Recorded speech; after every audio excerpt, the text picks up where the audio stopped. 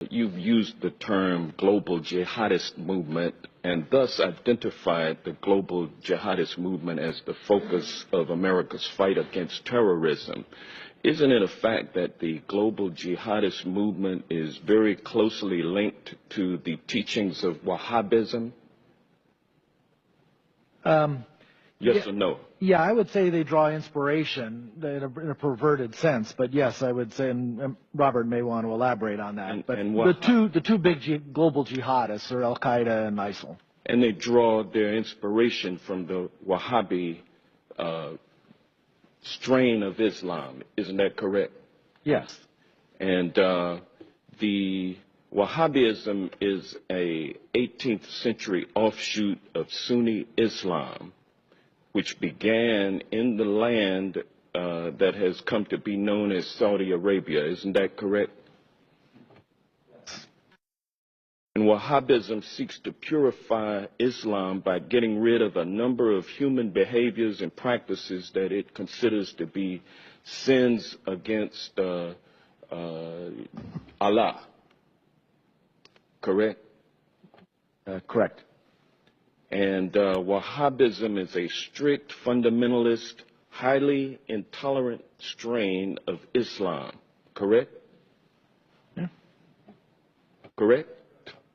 And now, isn't it a fact that the Saudi ruling monarchy derives its legitimacy by reliance on the ideology of Wahhabism? You want to? The Saudis are riding a tiger. The Saudis are riding a tiger. So if you will answer what I'm question, saying, isn't it a fact? No, I wouldn't put it that way. I would say it's not a fact that they depend solely on Wahhabism for their legitimacy. They derive the legitimacy from a variety of things. One of them is Wahhabism, but it is not the only one. Well, is it fair to say that Wahhabism is the state-sponsored religion of Saudi Arabia?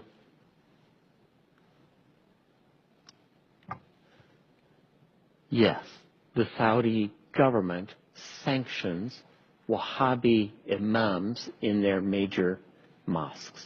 Well, as a matter of fact, the Saudi monarchy promotes Wahhabism through official state-sponsored mosques and through religious schools known as madrasas all over the world. Isn't that correct?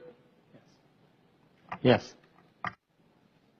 And isn't it true that the Saudi government, Wahhabism throughout the world, based on its oil and gas revenue?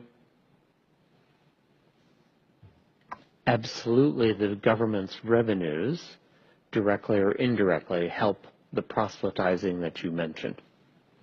And the Wahhabism ideology lines up with the ideology of ISIL. Isn't that correct? I would say no. For example, the Wahhabis in Saudi Arabia, the official ones, do not kill Shia. They persecute them. They do not have equal rights. They do not have equal rights, but they don't kill them. However, a Shia in Mosul or a Shia in Raqqa is liable to be killed. Well, yeah, but it's true, though, that the ideology of ISIL lines up with Wahhabism. I would say it's a starting point, and then the Islamic State has taken it several steps farther. Yes.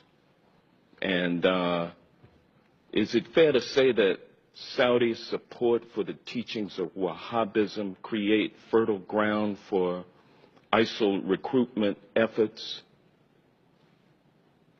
I think Saudi promotion of Wahhabism is absolutely a problem in terms of Islamic State recruitment.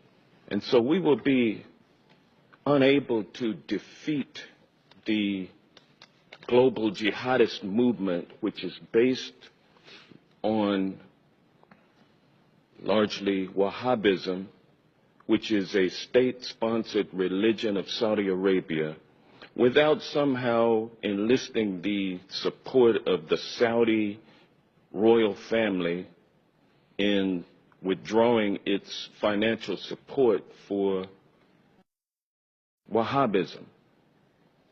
Is that a fair assessment? So in the discussion we had earlier about dealing with radicalization in the first place, this is what you're talking about, right? I think Saudi Arabia is a center of where that needs to take place. So there needs to be a discussion with the Saudis about their support for Wahhabism and how it should be treated and how they should think about it. So absolutely right. What was the latest amount of arms that we sold to Saudi Arabia? The latest shipment, I think it was what, $100 million worth of arms? Well, there's support for the campaign in Yemen, but the arms sales that occur periodically are in the billions of dollars. Thank you.